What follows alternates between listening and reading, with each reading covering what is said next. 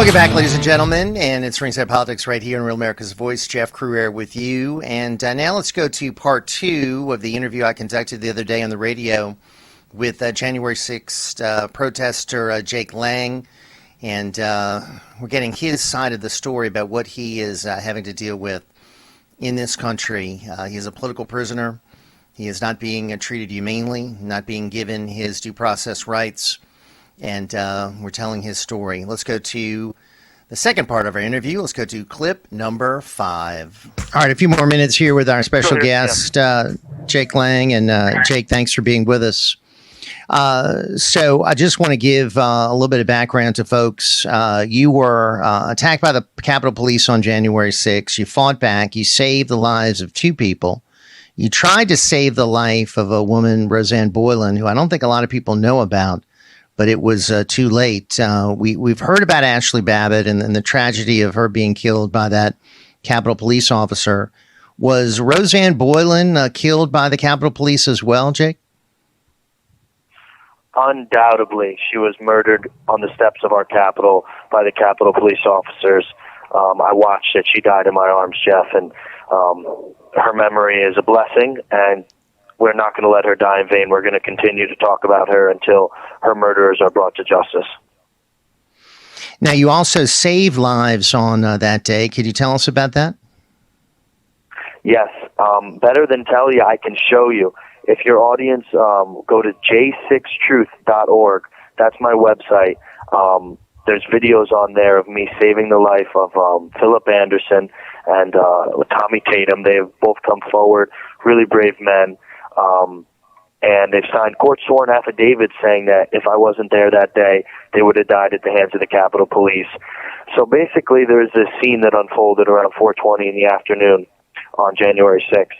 And the Capitol Police started using these chemical spray weapons that kind of take the air out of your lungs, and it knocked a few people unconscious in the West Terrace Tunnel, people that were unarmed, a lot of women in there, like Roseanne Boylan, and it created a reverse stampede. People couldn't breathe, and they couldn't see, and the cops were prodding them with their batons and with their shields over on top of each other, and it created this murderous scene where people were stacked 2, 3, 4 bodies deep horizontally, swimming over each other to try to get out and trampling each other and stepping on each other. All the while, the police are emptying canisters of tear gas and pepper spray into this crowd of people that are, dying and beating. There's a new video out also of Officer Lia Morris, the Capitol Police, beating Roseanne Boylan while she's on the ground unconscious. This is the level of murder. It's murder. Grotesque. Yes, it's grotesque.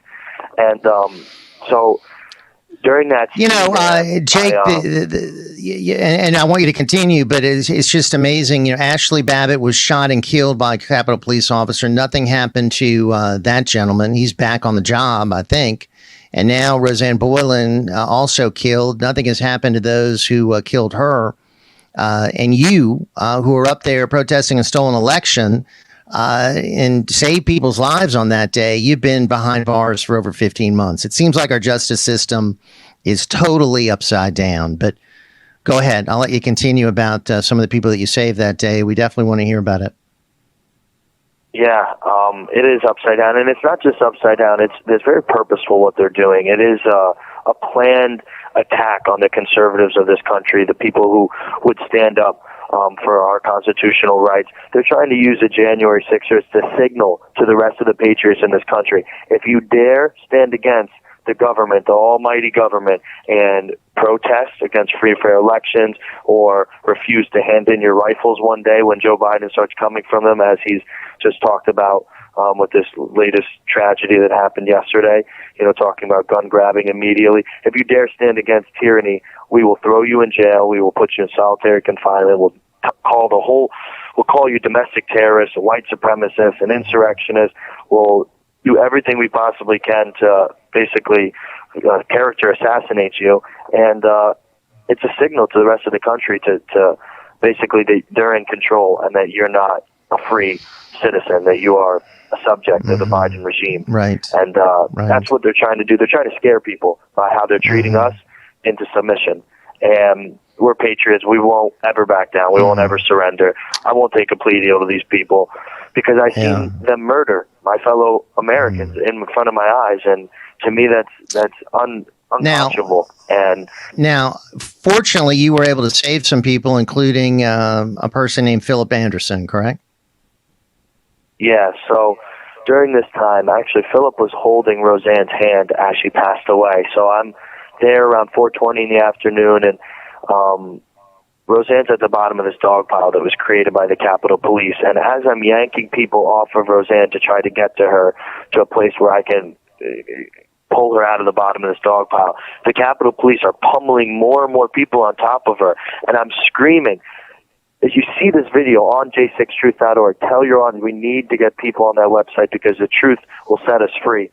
You'll see me screaming at the police and waving my arms like I'm landing an airplane, screaming, stop, stop, people are dying, please stop, pummeling people over on top of these poor people stuck at the bottom. And I couldn't save Roseanne. She was just too far gone. I knew that when she was dead, I needed other people. There was other people that could be saved. So I moved my attention over to Philip Anderson. He's a young black male from Texas, amazing patriot, and he was in a better position where I could get up underneath him and bear hug him, and I pulled him out of the bottom of his dog pile. He was unconscious. His tongue was hanging out of the side of his head. He was seconds away from death, like what happened to Roseanne. I dragged him down, probably about 20, 30 yards to this volunteer little medic area. A bunch of brave medic patriots were there, and they resuscitated him. And he lives to this day. Can go home and hug his mom and dad and fight to Thank God. Fight another day. And, thank God, and you should be commended. You should be commended for saving lives and not imprisoned. Just the opposite. You should have gotten an award for saving lives that day. So. You've been in prison now for all this time. Have you been able to have any visits from your family, Jake? Not a single visit. I'm right now I'm in Alexandria, Virginia. They've moved me to 8 different facilities since I've been locked up.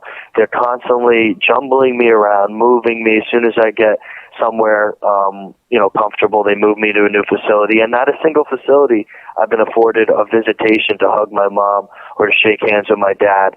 I feel like I'm in Rwanda, or I'm a political prisoner in Asia somewhere, in some despotic communist regime where I'm not, thousands of miles away and I can't get a family visitation. I'm 10 miles away from the United States Capitol. Why can't I see my family?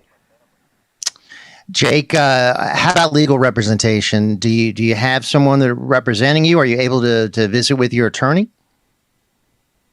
Yeah, my attorney visits are few and far between. They keep on playing games. Like, he'll send me. I have Stephen Metcalf. He's a close personal friend of mine from New York City. He's a really great attorney and a brave patriot to jump in the fire with me here. And, for example, he sends me a hard drive of the evidence against me, all of the thousands of hours of video evidence against me, and it never gets to me. And I don't get to see and go through my discovery, it's called. And I've been sitting here for over 500 days, and I've had maybe a couple hours to view the thousands of hours of video evidence they're alleging against me. And, this is just, he tried to send me folders full of, motions and stuff he's filing. They never get to me. It seems like this whole entire system, from the FBI, radicalized by the left to do their bidding for the Democrats, the DOJ, the federal prosecutors, everybody is vehemently poised to destroy the conservatives that have been arrested January 6th. Over 900 of them, Jeff. Jake, your story is just amazing. It's happening in the United States of America. It's reprehensible what you're going through. Your court date is not until January of next year. That means you'll be behind bars 2 years before being able to have your day in court. We're going to keep attention on this, my friend. We're going to keep it at the forefront of our show.